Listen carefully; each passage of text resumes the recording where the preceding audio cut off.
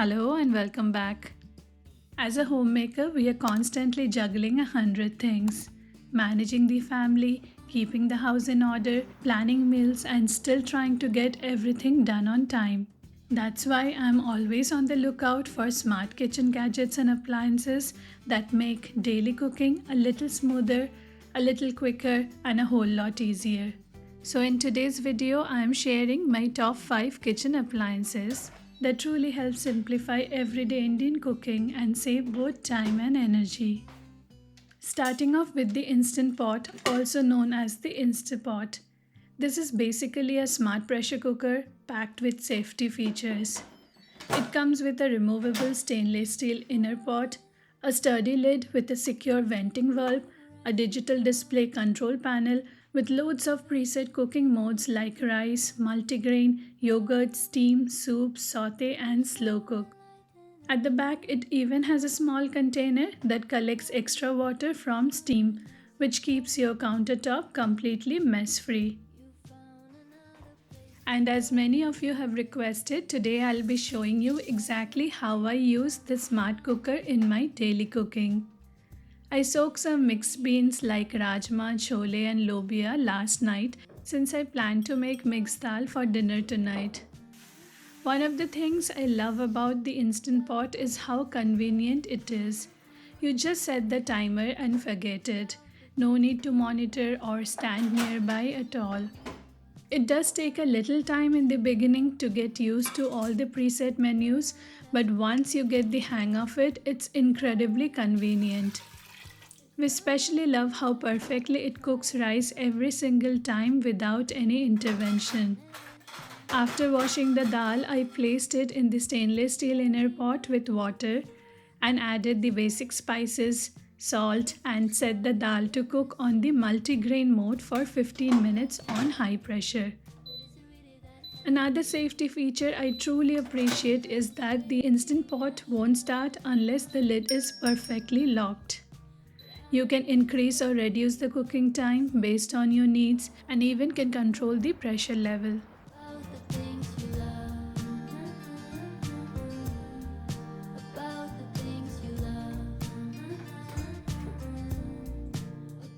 While the dal was getting ready, it was time to prep the veggies for the tarka. So I took out my Russell Hobbs mini electric chopper.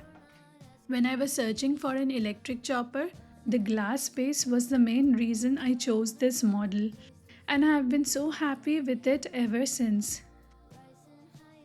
The glass base gives me peace of mind as there is no risk of microplastic particles mixing with the food, which can easily happen with regular plastic choppers. It also chops incredibly well. Every tiny pieces like garlic turn out perfectly minced in just seconds.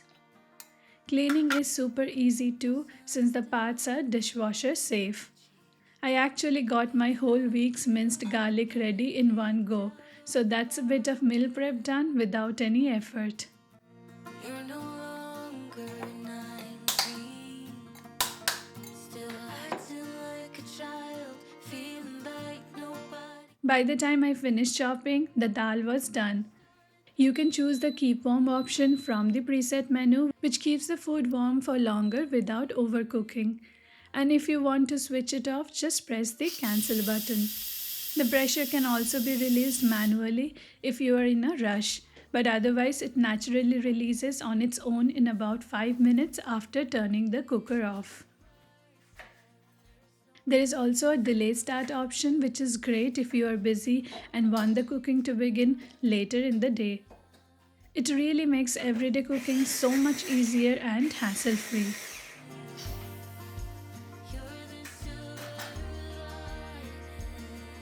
The dal came out absolutely perfect, no spillage at all, and all the beans cooked evenly and beautifully soft.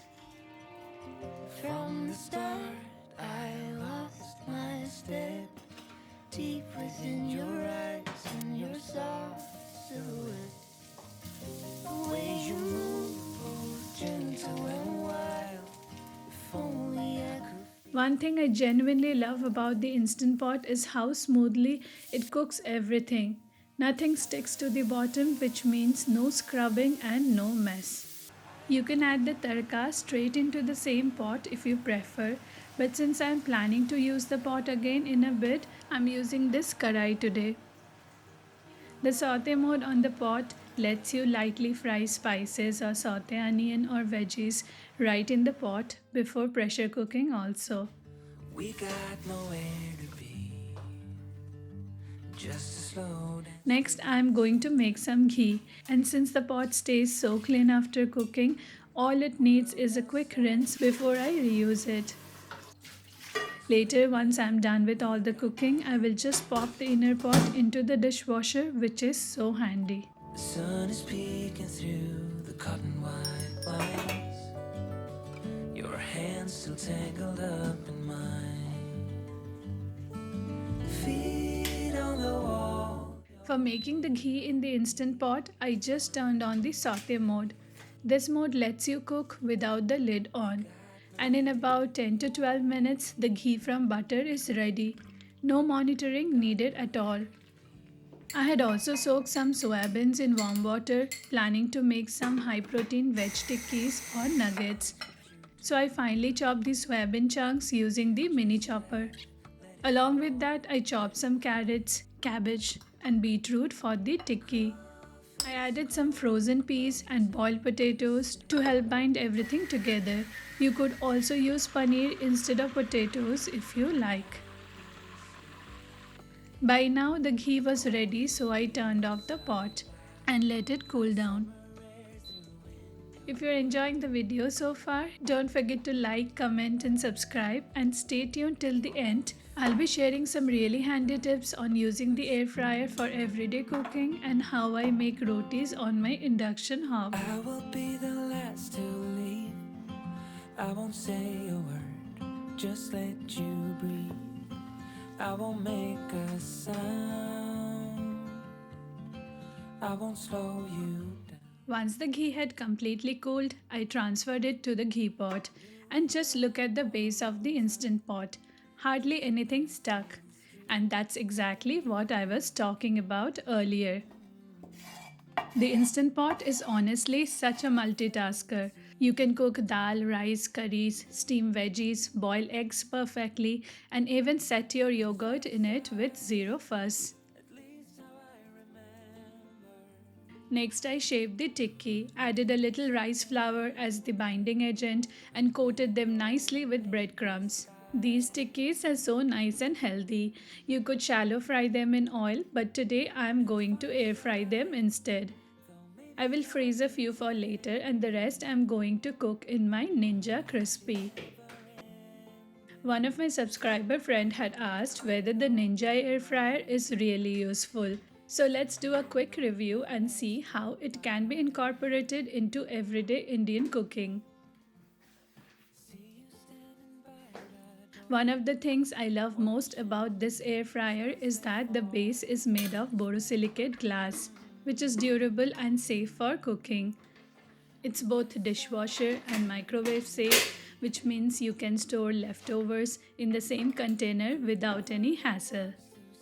It also comes with a smaller container, and the removable rim fits perfectly on it.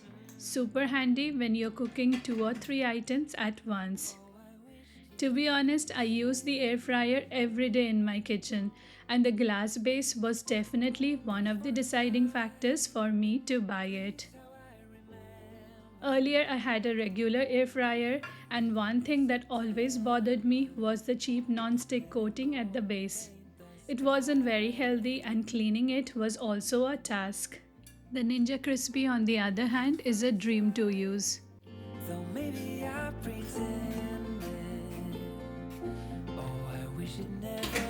It also comes with 4 cooking modes: air fry, roast and keep warm modes. The roast option is perfect if you are a kebab lover or just want oil-free cooking. Overall, it's practical, healthy and a real time saver in everyday Indian cooking. With the winter season here, Baingan Bharta is a must. So I prepped the brinjal, which I will be roasting oil-free in the Ninja Crispi. I will also show you how to make malai paneer tikkis in it. Super easy, healthy and convenient to make.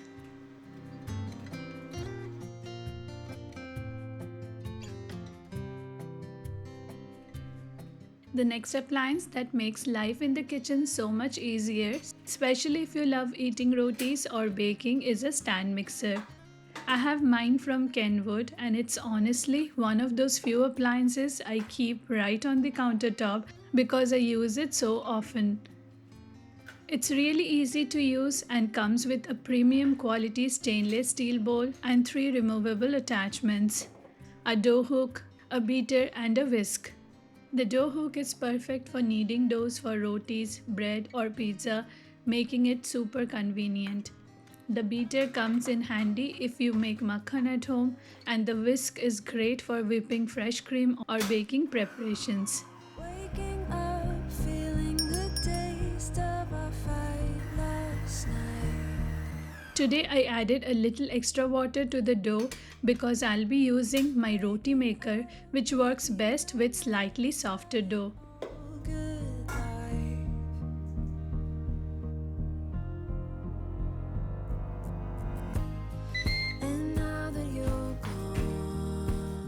The veg tikki are done now, perfectly cooked on the inside and crisp on the outside. Later in the evening, I will use the re-crisp mode to give them a little extra golden brown finish. Meanwhile, I have placed the brinjal for roasting for 15 minutes and the marinated paneer and veggies are in the smaller bowl ready to cook alongside.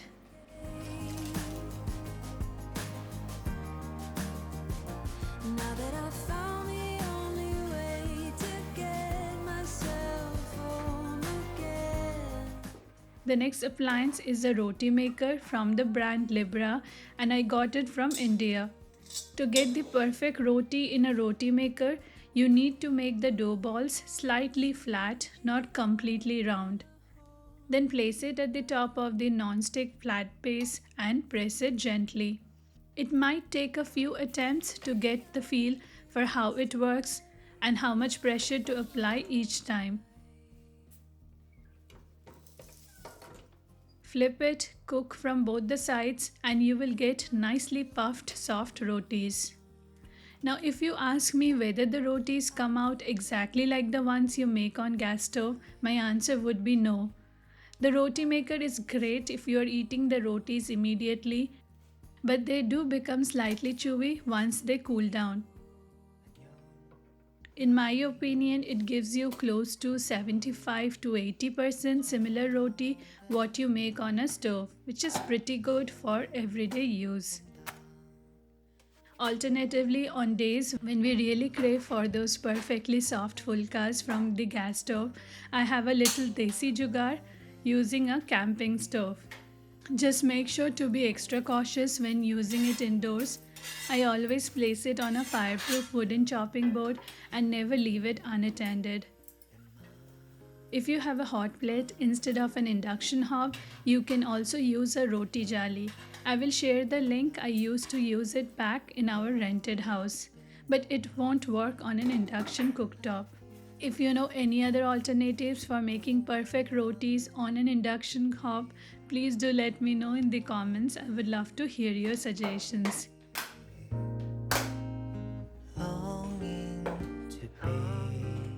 It was almost evening and was time to wrap up and have dinner. The paneer tikka and veggies are ready too. Just look at them. They're cooked beautifully without any oil, super healthy, protein rich, and make a great crispy starter. Just sprinkle some chaat masala and bhuna jeera on top, squeeze some lemon, and enjoy it with your favorite chutney.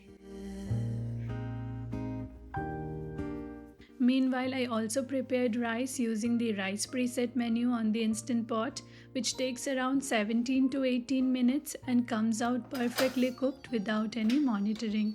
We had a sumptuous dinner today with dal, rice, roti and paneer. I hope you enjoyed watching the video. If you found it helpful, please don't forget to like, comment and subscribe for more homemaking tips. Take care. Bye bye. I will see you next time. Happy homemaking.